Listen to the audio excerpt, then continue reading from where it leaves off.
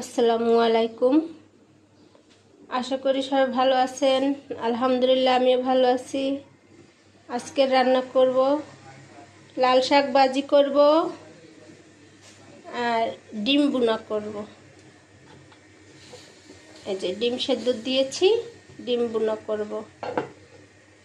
আর পেঁয়াজ টিয়াজ কাঁচামরিচ এগুলো আপনার ভাই আজকে কেটে দিয়েছে, শাকটাও উনি কেটে দিয়েছে। তো শাকটা ধুয়ে নিয়েছি, আজকের এই রান্না করব। তো দেখতে থাকেন। ডিমটাও চুলায় বসাই দিছি, এই চুলায় শাক ভাজি দিয়ে বসাবো। বিসমিল্লাহ কড়াই বসাই দিলাম, এটা শাক ভাজি করব। কড়াইতে তেল দিয়ে দিলাম, পেঁয়াজ কুচি দিয়ে দিলাম, আর দিব কাঁচামরিচ।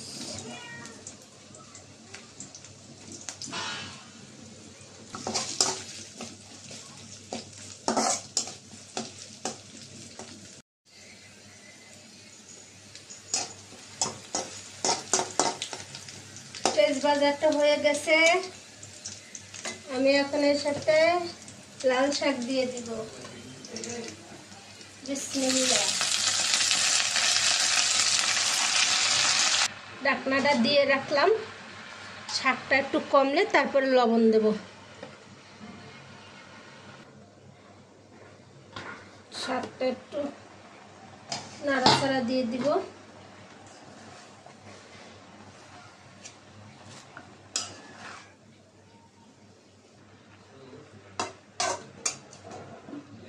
লবণ দিয়ে দিব এখন।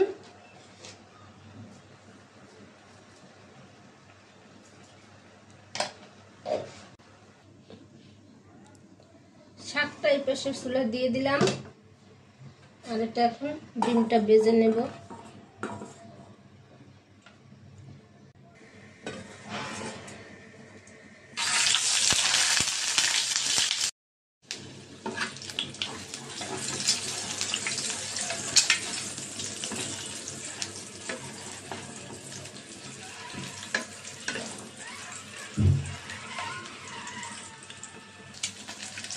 ডিমটা ভাজা হচ্ছে, এই যে এটা ডিম ভুনা করব। কড়াই বসাই দিলাম, তেল দিয়ে দিলাম, পেঁয়াজ কুচি দিয়ে দিলাম। বিসমিল্লাহ।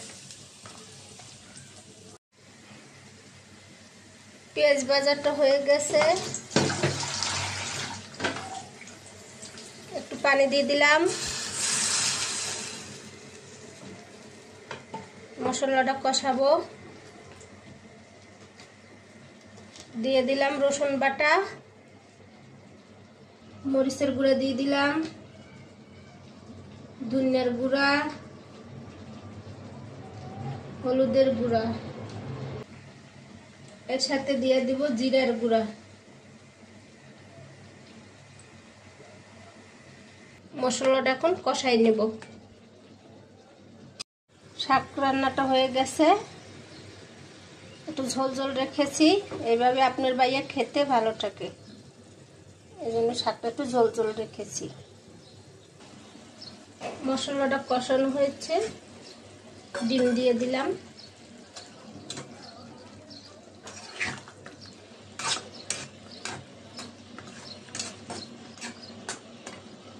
একটু পানি দিয়ে দিব এখন।